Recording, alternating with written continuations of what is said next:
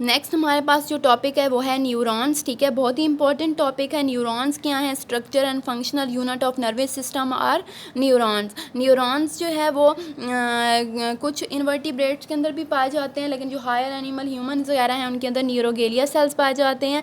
और न्यूरोगेलिया जो है वो न्यूट्रिशन प्रोटेक्शन प्रोवाइड करते हैं। उसके ऊपर माइलिन शीथ होती है, ठीक है। यो कि मैं अभी आप लोगों को बताती हूँ कि मैं क्या कह रही हूँ। 3 फंक्शंस होते हैं इसके अंदर, मोटर न्यूरॉन्स, सेंसरी न्यूरॉन्स और एसोसिएटिव न्यूरॉन्स होते हैं। यहाँ पे आप लोगों को बताया गया है कि हमारे पास ये सेंसरी न्यूरॉन्स हैं, ठीक है। सेंसरी न्यूरॉन्स के ऊपर ये वाला ये जो पोर्शन है, पहले तो आप लोग समझे न्यूरॉन का स्ट्रक्चर, ठीक है। मैं वैसे जर्नल स्ट्रक्चर बता रही हूँ कि ये हमारे पास क्या है, एक सेल बॉडी है। इसके ऊपर एक कांटों की तरह, स्पाइन की तरफ आप लोगों को स्ट्रक्चर नज़र आ रहे हैं, ये डेंड्राइट्स हैं, ठीक है। और ये सेल बॉडी है। सेल बॉडी मतलब सेल की तरह का एक सेल है। सेल के अंदर न्यूक्लियस है, साइटोप्लाज्म है, राइबोसोम्स हैं, न्यूरोफिब्रल्स हैं, माइक्रोट्यूब्यूल्स हैं, गोल्जी अपरेटस है, एंडोप्लाज्मिक रेटिकुलम हैं और group of ribosome, nasal granule, सारे के सारे सेल बॉडी के अंदर प्रेजेंट हैं, ठीक है। और ये वाला जो एक लॉन्ग सा आप लोगों को फाइबर नज़र आ रहा है, ये एक्सोन है। डेंड्राइट, एक्सोन्स और सेल बॉडी मिलकर एक न्यूरॉन का स्ट्रक्चर बना रहे हैं, ठीक है। तो यहाँ पे आप लोगों को बताया गया कि जो डेंड्राइट्स होते हैं वो जितने भी नर्व इम्पल्स हैं वो सेल बॉडी की तरफ लेके आते हैं, और एक्सॉन्स जो हैं वो इससे अवे लेके जाते हैं मैसेज को, ठीक है, सेल बॉडी से दूर लेके जाते हैं। ये एक्सॉन है। एक्सॉन्स के अंदर जो है वो सेल होते हैं जिसे हम शवान सेल कहते हैं। इस शवान सेल के ऊपर एक लेयर होती है प्रोटेक्टिव, जिसे माइलिन शीथ कहते हैं। ये माइलिन शीथ, ठीक है, इसके दरमियान में छोटे छोटे से गैप होते हैं। इस गैप को हम क्या कहते हैं? नोड्स कहते हैं, ठीक है। वैसे नोड्स ऑफ रणवीर इसको कहते हैं, आप लोगों की बुक में इसको नोड लिखा गया है।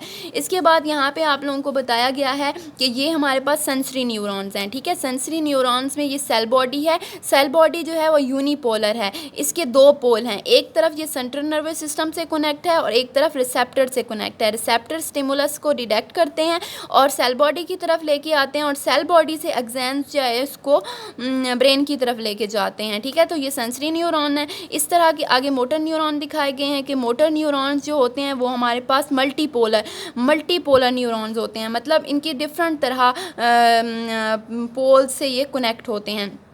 इसके बाद आप लोगों को स्ट्रक्चर मैंने बता दिया है। नेक्स्ट ये आप लोगों को ब्रेन के सेल्स दिखाए गए हैं, ब्रेन के न्यूरॉन दिखाए गए हैं, जो कि इंटर न्यूरॉन, मिक्स न्यूरॉन या एसोसिएटेड न्यूरॉन्स भी इनको कहते हैं। और ये बिल्कुल ट्री की तरह की ये इनकी अपीयरेंस है, ठीक है। ये ब्रेन के अंदर पाए जाते हैं, बिल्कुल फ्यूज्ड होते हैं, और ये ब्रेन और स्पाइनल कॉर्ड के अंदर भी पाए जाते हैं।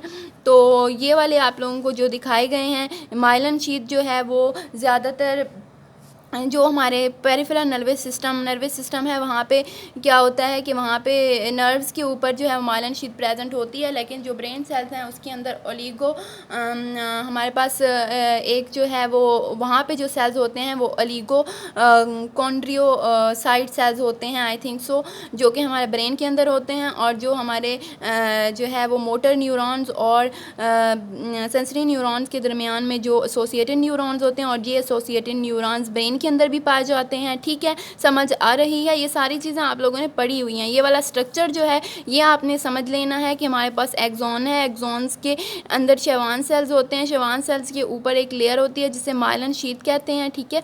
और ये पूरा का पूरा आप लोगों को मोटर न्यूरॉन का स्ट्रक्चर बताया गया है। और मोटर न्यूरॉन जो भी एक्शन पोटेंशियल जनरेट होता है वो ही आगे मैसेज वेक्टर की तरफ लेके जाते हैं और रिस्पॉन्स शो करते हैं। यहाँ पे आप लोगों को यही बताया, बिल्कुल यही चीज़ बताई गई है कि जो न्यूरॉन्स होते हैं उसका प्रोटोप्लाज्मिक प्रोसेस होता है, मतलब साइटोप्लाज्म होता है। साइटोप्लाज्म के अंदर माइक्रोफिलामेंट्स होते हैं, फाइबर्स होते हैं, माइक्रोट्यूब्यूल्स होती हैं, एंडोप्लाज्मिक रेटिक्यूलम्स होते हैं, गोल्जी ऑपरेटस होते हैं, ठीक है। और राइबोसोम्स, ग्रुप ऑफ राइबोसोम्स होता है जिसे नेजल ग्रैन्यूल्स कह रहे हैं। और ये जो है वो अगर सेल बॉडी सिर्फ डेंड्राइट्स वगैरह ख़त्म हो जाए, सेल बॉडी सिर्फ रह जाए, तो वो दोबारा से रीजनरेट कर जाती है। लेकिन एक बार जब न्यूरॉन मैच्योर हो जाते हैं तो फिर डिवाइड नहीं करते, ठीक है। इसके बाद अफेक्टर का बताया गया है। अफेक्टर्स क्या होते हैं?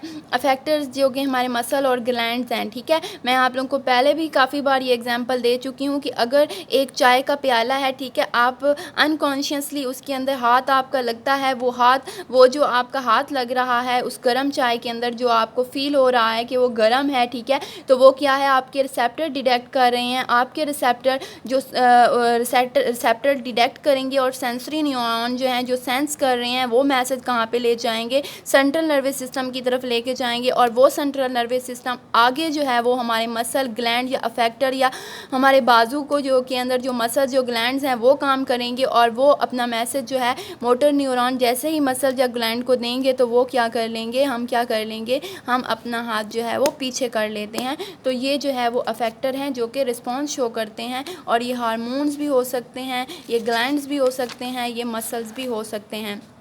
ठीक है, तो ये रिफ्लेक्स एक्शन आप लोगों को बताया गया है कि रिफ्लेक्स एक्शन जो कि नर्व इम्पल्स पास हो रही होती है और ये एक्शन जो परफॉर्म हो रहा होता है इस पाथवे को हम रिफ्लेक्स आर्क कहते हैं। ठीक है, यहाँ तक काफ़ी हो गया है। नेक्स्ट जो है वो हम लोग इंशाल्लाह कल पढ़ेंगे। तो ये सारा का सारा जो टॉपिक मैंने पढ़ाया है न्यूरॉन्स का बहुत ही इम्पॉर्टेंट है, इसे अच्छे तरीके से पढ़ना है, सारी चीज़ें यही हैं। ओके, अल्लाह हाफिज़।